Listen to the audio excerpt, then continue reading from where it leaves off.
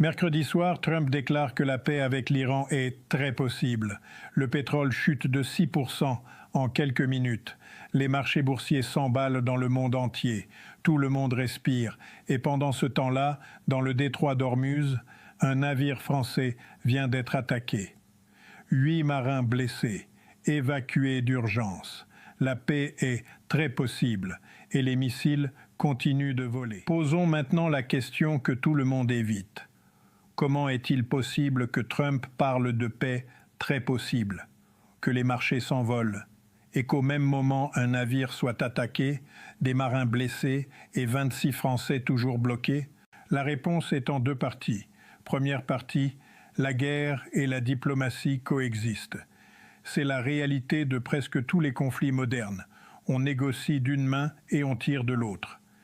L'Iran n'a jamais arrêté de frapper pendant les négociations d'Islamabad. Il n'a pas arrêté pendant la suspension de Project Freedom. Et il ne s'arrêtera pas maintenant. Chaque frappe iranienne est un message dans les négociations. Signez vite, sinon ça continue.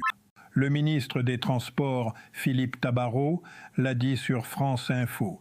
Il reste encore 59 navires à intérêt français dans le détroit d'Ormuz et 26 marins français sont toujours bloqués dans la zone.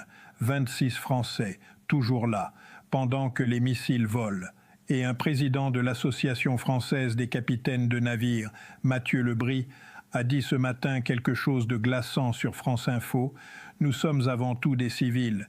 Nous ne sommes absolument pas formés pour faire face à des attaques sophistiquées impliquant des missiles, des drones ou des mines navales.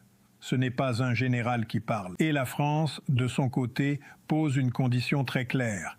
Le ministre des Affaires étrangères, Jean-Noël Barrot, déclare ce matin sur RTL « Il est hors de question que la moindre sanction puisse être levée tant qu'un détroit comme celui d'Ormuz sera bloqué. » L'Iran demandait une levée des sanctions en échange de gestes sur le nucléaire. La France dit non, publiquement, fermement. C'est un veto européen de facto qui complique les négociations de Trump. Du côté iranien, le ton est nettement moins enthousiaste.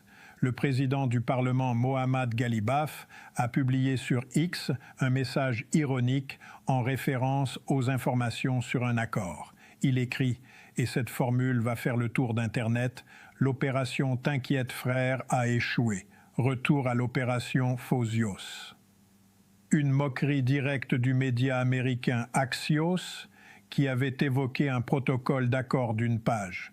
Donc voilà la situation. La réaction des marchés est immédiate et spectaculaire. En quelques minutes, le baril de Brent chute de 6,22%, passant de 109 $ à 103 $. Les places boursières mondiales s'envolent. Les investisseurs interprètent la déclaration de Trump comme le signe le plus concret depuis le début de la guerre qu'une sortie de crise est en vue. Mais regardons les faits de plus près. Trump affirme également qu'il a obtenu de l'Iran une acceptation de sa principale exigence.